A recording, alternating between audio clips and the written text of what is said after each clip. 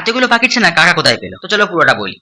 নিম্নচাপের কারণে গতকাল সকাল থেকেই ভীষণ ঝড় বৃষ্টি হচ্ছে, তাই ঘরবন্দি হয়ে বসেছিলাম আর ভাবছিলাম কবে ফ্লিপকার্টে জয়েনিং এ ডাকবে। এমন সময় হঠাৎ করে এই ছাদটি পাখি ছানা নিয়ে কাকা হাজির হলো। জিজ্ঞাসা করে জানতে পারলাম কাকা জমিতে পাতা কোড়াতে গিয়ে দেখতে পেয়ে নিয়ে এসেছে। এদিকে জলে ভিজে ঠান্ডায় ছানাগুলো খুব কাঁপছিল আর খিদেও পেয়েছিল খুব। না জানি এদের মা হন্যি হয়ে কোথায় কোথায় খুঁজে বেড়াচ্ছে। সত্যি ভাই, মা মাই হয়, ভগবানের দেওয়া সর্বশ্রেষ্ঠ দান। সেটা তোমারই হোক বা আমার বা এই ছানাগুলোর। মায়েদের মায়া মমতা স্নেহ ভালোবাসার কাছে পৃথিবীর সমস্ত কিছুই তুচ্ছ। তবু আমাদের মতো সন্তানদের কতই না অভিযোগ এনাদের বিরুদ্ধে, যদিও সবসময় যেটা ভিত্তিহীন হয় এমনটাও নয়।